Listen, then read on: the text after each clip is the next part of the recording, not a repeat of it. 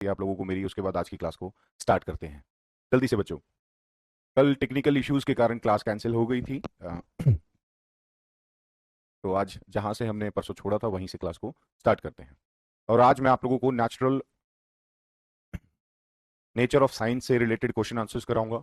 तो जो चीज़ें आप लोगों को समझ नहीं आई होंगी या जो चीज़ें आप लोगों की छूट गई होंगी वो भी क्वेश्चन आंसर्स में हम कवर कर लेंगे। मैं बहुत बढ़िया हूँ, आप लोग बताइए आप लोग कैसे हैं? ठीक है। सीडीपी की क्लास नहीं हो रही होगी बच्चों, सारी चीज़ों का टाइम टेबल धीरे धीरे बन रहा है, विद इन अ वीक आपको सब कुछ पता चल जाएगा।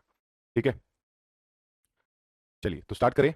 तो जहां पर हमने अपना टॉपिक छोड़ा था वो था कॉन्गुनेटिव वैलिडेशन। इससे पहले हमने पढ़ा था साइंस करिकुलम या करिकुलम वैलिडेशन भी आप इसको बोल सकते हो, कि करिकुलम के हिसाब से हमारा साइंस सब्जेक्ट क्या कैसा होना चाहिए या क्या क्या उसमें पढ़ाना चाहिए। अब बात आती है कॉन्गुनेटिव वैलिडेशन, यानी कि संज्ञानात्मक विद्वत, समझ के हिसाब से, अंडरस्टैंडिंग के हिसाब से, कि बच्चे को कितना अंडरस्टैंड हो सके। ठीक है, तो उसके लिए साइंस क्या कहता है या किस किस लेवल पे कैसी साइंस पढ़ानी चाहिए। The science which we teach to children should be understandable. तो सबसे पहली, जब भी हम कॉन्गोनेटिव वैलिडेशन की बात करेंगे या बच्चों को चीजें समझ में आए उसकी बात करेंगे, तो सबसे पहले जो भी हम उनको पढ़ा रहे हैं वो अकॉर्डिंग टू देयर एबिलिटी हो, आ, ताकि वो उस चीज को अंडरस्टैंड कर सकें, कुछ मीनिंगफुल हो उनके लिए। ठीक है, तो ये चीजें हमेशा रहेगी, चाहे वो करिकुलम हो चाहे कॉग्निटिव वैलिडेशन हो। अंडरस्टैंडेबल, इंजॉयबल और मीनिंगफुल, ये आप लोग नोट डाउन कर लीजिएगा अपनी बुक्स में, चाहे वो करिकुलम वैलिडेशन से बात की जाए, ठीक है, या फिर कॉन्गुनेटिव वैलिडेशन से बात की जाए। क्या होगा? सबसे पहली बात, बच्चे के लिए वो अंडरस्टैंडेबल होना चाहिए, मीनिंगफुल होना चाहिए और जॉयफुल होना चाहिए। क्योंकि ये नींव है, स्कूल्स में जो भी हम करिकुलम पढ़ा रहे हैं या जो भी सब्जेक्ट पढ़ा रहे हैं, ये एक बेसिक नीड है बच्चों की, कि सबसे पहली बात कि उसको इस तरीके से पढ़ाया जाए और उसके लेवल का हो, ताकि वो उसको अंडरस्टैंड कर सके। ठीक है, हिंदी में आनंद पूर्ण हो या आनंददायक हो बच्चे के लिए, बच्चों, और उस बच्चे को समझ में आए चीज। It should properly prepare children for the world of working focus on life skills and should also concern about conserving and suitable environment। मतलब वही बात की गई है कि जो भी साइंस पढ़ाया जा रहा है वो बच्चे को आगे वर्ल्ड में जो भी चीजें घटित हो रही हैं या वर्ल्ड में किस तरीके से काम किया जाता है, अपनी लाइफ में कौन कौन सी स्किल्स को इंपॉर्टेंस देनी है, उन सारी चीजों से जोड़कर पढ़ाया जाए। यानी कि जो भी अपने जीवन में वो फ्यूचर में काम करेंगे या अभी भी जो काम कर रहे हैं दुनिया समाज में, उससे रिलेट करके पढ़ाया जाए। ठीक है, ताकि वो उसको अपने अनुभवों में उसका इस्तेमाल कर सके। अभी तक पहली दो लाइनों में कुछ दिक्कत है तो जल्दी बताओ। वॉइस धीरे आ रही है, थोड़ा वॉइस इंक्रीज, एक सेकेंड। अब आ रही है आवाज? जल्दी से बताओ। ठीक है, चलिए। तो पहला पॉइंट हो गया था इंजॉयबल और सुटेबल वाला, और अंडरस्टैंडेबल दूसरा पॉइंट हो गया आप लोगों का, कि वो उसको अपने जीवन की स्किल्स में इस्तेमाल कर सके या अपने जीवन के अनुभवों में इस्तेमाल कर सके, इस तरीके का साइंस। तीसरा पॉइंट है एजुकेशनल लेवल। जी हाँ, जो भी साइंस पढ़ाई जाए उसके एजुकेशनल लेवल के हिसाब से पढ़ाई जाए। ठीक है, it should project some important aspects of content. जो भी कंटेंट पढ़ाया जाए वो उसको सूटेबल हो और उसके एजुकेशन लेवल का हो। ठीक है, and last point is cognitive validation of science curriculum at upper primary stage. देखिए, आप लोगों को जो ये क्वेश्चन आते हैं ना, बहुत सारे क्वेश्चन आते हैं प्राइमरी से, अपर प्राइमरी से, मिडिल स्कूल से। तो कल भी मैंने आप लोगों से एक चीज पूछा था, तो मैं आज आपको बता देता हूँ। इस बच्चे को नहीं पता तो इस चीज को लिख लीजिएगा, बहुत बच्चों ने गलत जवाब दिया था। ठीक है, तो जो प्राइमरी क्लासेस होती है वो फर्स्ट टू फिफ्थ होती है। ठीक है,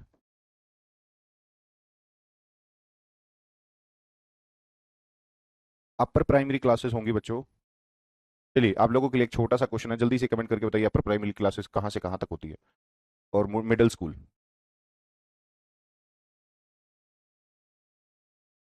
यही से क्वेश्चन आ जाते हैं कई बार। जल्दी बताओ कहाँ से कहाँ तक होती है अपर प्राइमरी। ठीक है, तो इसमें भी वही सेम बात कही गई है कि अपर प्राइमरी लेवल पर भी बच्चों को इस तरीके की चीजें टीच करनी चाहिए टीचर को, जो उनको अच्छे तरीके से समझ सके, अप्रोप्रिएटली होनी चाहिए उनके लेवल के हिसाब से। ठीक है, तो देखिए कॉग्निटिव वैलिडेशन में अगर हम बात करते हैं ना, तो सिर्फ मेन और दो ही चीजें रहती हैं। एक तो बच्चे के लिए इंजॉयबल रहे, ठीक है, बच्चे को अंडरस्टैंडेबल रहे, और दूसरा उसके लेवल के हिसाब से हो। बस, दैट्स इट। इसके अलावा ज्यादा कुछ बड़ी बातें नहीं होती। ठीक है, चलिए आगे चलें। अभी हम लोगों ने पढ़ा था कॉग्निटिव वैलिडेशन, अब हम पढ़ेंगे कंटेंट वैलिडेशन। यानी कि जो कंटेंट हम पढ़ रहे हैं क्लास में या जो हम कंटेंट बच्चों को प्रोवाइड कराएंगे वो किस तरीके का होना चाहिए। ठीक है, सबसे पहली बात, जो भी हमारा करिकुलम डिजाइन हो वो अगेन वही बात आ जाती है, उनके लेवल के हिसाब से डिजाइन किया जाए, एज के हिसाब से डिजाइन किया जाए। जैसे कि एग्जांपल मैं आपको बता दूं, सेकंड क्लास में आप केमिस्ट्री के एक्सपेरिमेंट्स थोड़ी करके दिखाएंगे, है ना। आप सेकंड क्लास में हल्का फुल्का ईवीएस में थोड़ा बहुत साइंस दे सकते हैं। आप सेकंड ईवीएस के अंदर क्या करते हैं, आप बच्चों को पहले खाने से रिलेटेड, परिवार से रिलेटेड, आसपास के प्लांट फूड्स, इनकी बात करते हैं साइंस में, या कि आप पूरा डाइजेस्टिव सिस्टम पढ़ा देते हैं बच्चों को, है ना। तो जो करिकुलम डिजाइन होगा कंटेंट वैलिडेशन के हिसाब से, वो एज अप्रोप्रिएटरी होना चाहिए।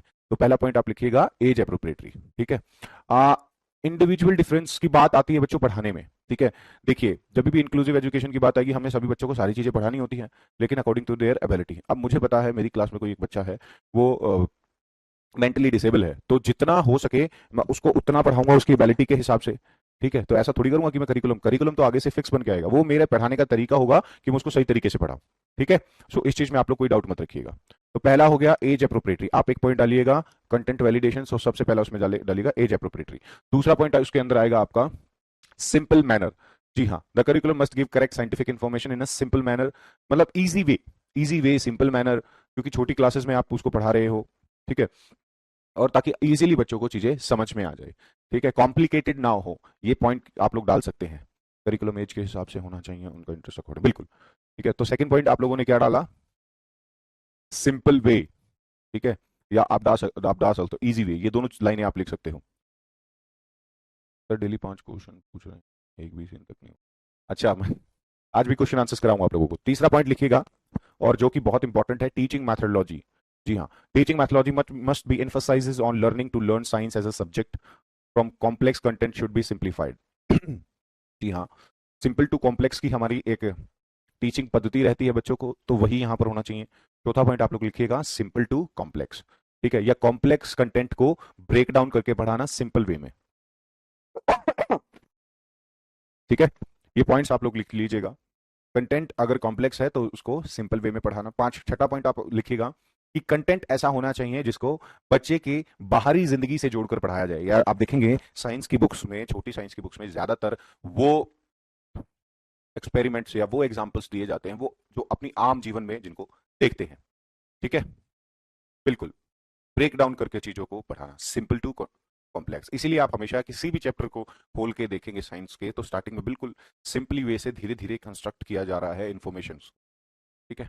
और कंटेंट में जितनी भी चीजें होंगी उनको रियल लाइफ एग्जांपल से जोड़कर पढ़ाया जाता है बच्चे की। तो ये 6 पॉइंट आप लोगों को जरूर लिखिएगा कंटेंट वैलिडेशन के अंदर। सिंपली प्रोसेस वैलिडेशन, कि किस तरीके का प्रोसेस होना चाहिए, जैसे ही कंटेंट वैलिडेशन में था, सिमिलरली ये भी है।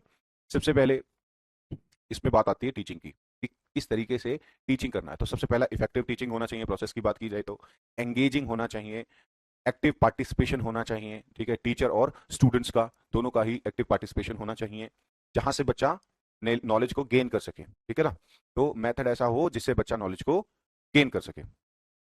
And process that led to generation and validations of scientific knowledge and information, the naturally increase the curiosity and creativity of science of child in science। देखिए, ये यही बात कह रहा है कि अगर बच्चे का एक्टिव पार्टिसिपेशन होगा, टीचर का एक्टिव पार्टिसिपेशन होगा, और करेक्टली इंफॉर्मेशन बच्चे को दी जाएगी बिल्कुल वैलिडेशन के साथ, तो बच्चे की क्यूरियोसिटी और उसका इंटरेस्ट साइंस के प्रति और बढ़ेगा। ठीक है, और बच्चे से रिलेट करके आप चीज को पढ़ाओगे तो वो और इंटरेस्ट से उस चीज को पढ़ेगा। ठीक है, तो ये हो जाएगा आपका प्रोसेस वैलिडेशन। लास्ट पॉइंट आता है आपका historic validation. Historical aspect of topic to be thought should also be included. आप देखते होंगे चाहे जितने भी लॉज बने, इफेक्ट्स बने, उनसे रिलेटेड स्टार्टिंग में थोड़ा हिस्टोरिकल आपको चीजें पढ़ाई जाती हैं, और फिर उसके बाद में आपको जैसे कंप्यूटर के बारे में पढ़ाना तो कंप्यूटर की डिस्कवरी बता दी। ठीक है, माइक्रोस्कोप के बारे में बताना तो पहले माइक्रोस्कोप की डिस्कवरी कैसे हुई, या लॉ के बारे में बताना तो न्यूटन लॉ, न्यूटन कैसे एक बाग में बैठा हुआ तो उसने सेब गिरता हुआ देखा, तो वो भी उसकी एक हिस्ट्री बताई कि कैसे कौन सी चीज हमारे सामने आई। ठीक है, तो वो भी बच्चों को बताना बहुत जरूरी है। लास्ट के 2 पॉइंट्स और जल्दी से लिख लीजिए, environment validation and ethical validation. ठीक है, देखिए हर एक जगह से क्वेश्चन आ सकता है आप लोगों के पास, तो एक बार जल्दी से हिस्ट्री बताने से बच्चों का इंटरेस्ट क्रिएट होता है। बिल्कुल बिल्कुल बिल्कुल, इंटरेस्ट क्रिएट और होता है, और बच्चे सोचते हैं कि किस तरीके से किसी चीज की, कोई चीज हमारे सामने आई, क्या पता हम भी कुछ इस तरीके के काम करें तो हम भी उस चीज को सामने लेके आ सकते हैं। कौन सा टॉपिक, रवि कुमार बताइए कौन सा टॉपिक, जल्दी से फिर आगे चलेंगे, कोई दिक्कत नहीं है।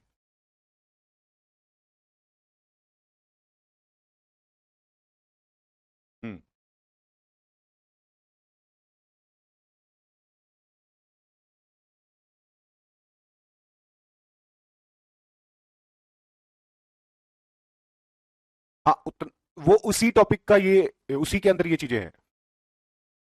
वो जो नेचर नेचर ऑफ साइंस चल रहा था, हिस्ट्री वैलिडेशन। देखिए बच्चों, हिस्ट्री वैलिडेशन मैं आपको बता देता हूं। जो भी आप टॉपिक इंक्लूड करो साइंस का, ठीक है, उस टॉपिक का क्या इतिहास है, ठीक है, या क्या उसका इतिहास से जुड़ाव है, वो होता है आपका हिस्ट्री वैलिडेशन।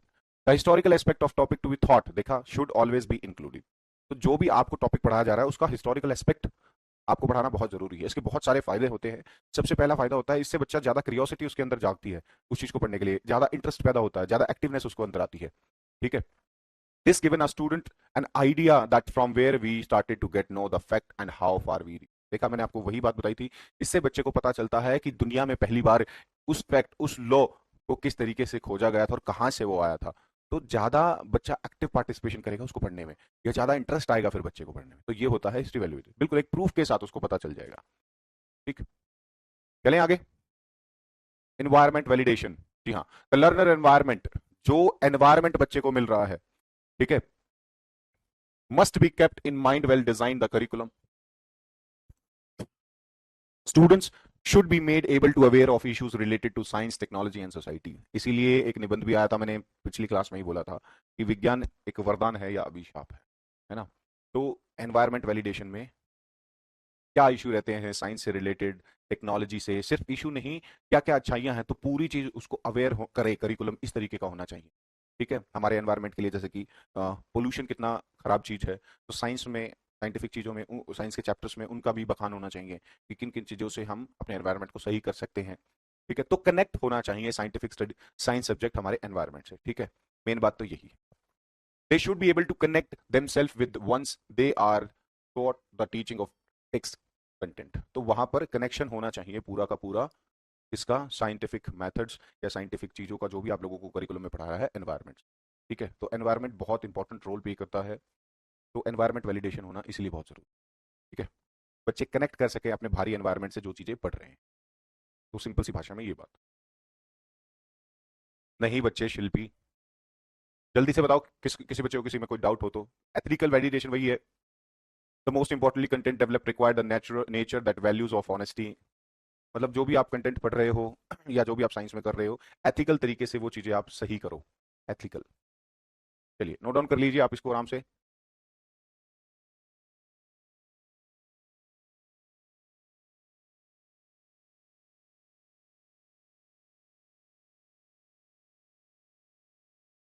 चलें आगे।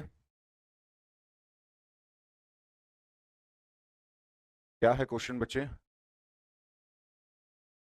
सर मैंने 12th में साइंस, ग्रेजुएशन मैथ्स हो, कोई दिक्कत नहीं है। जी सर।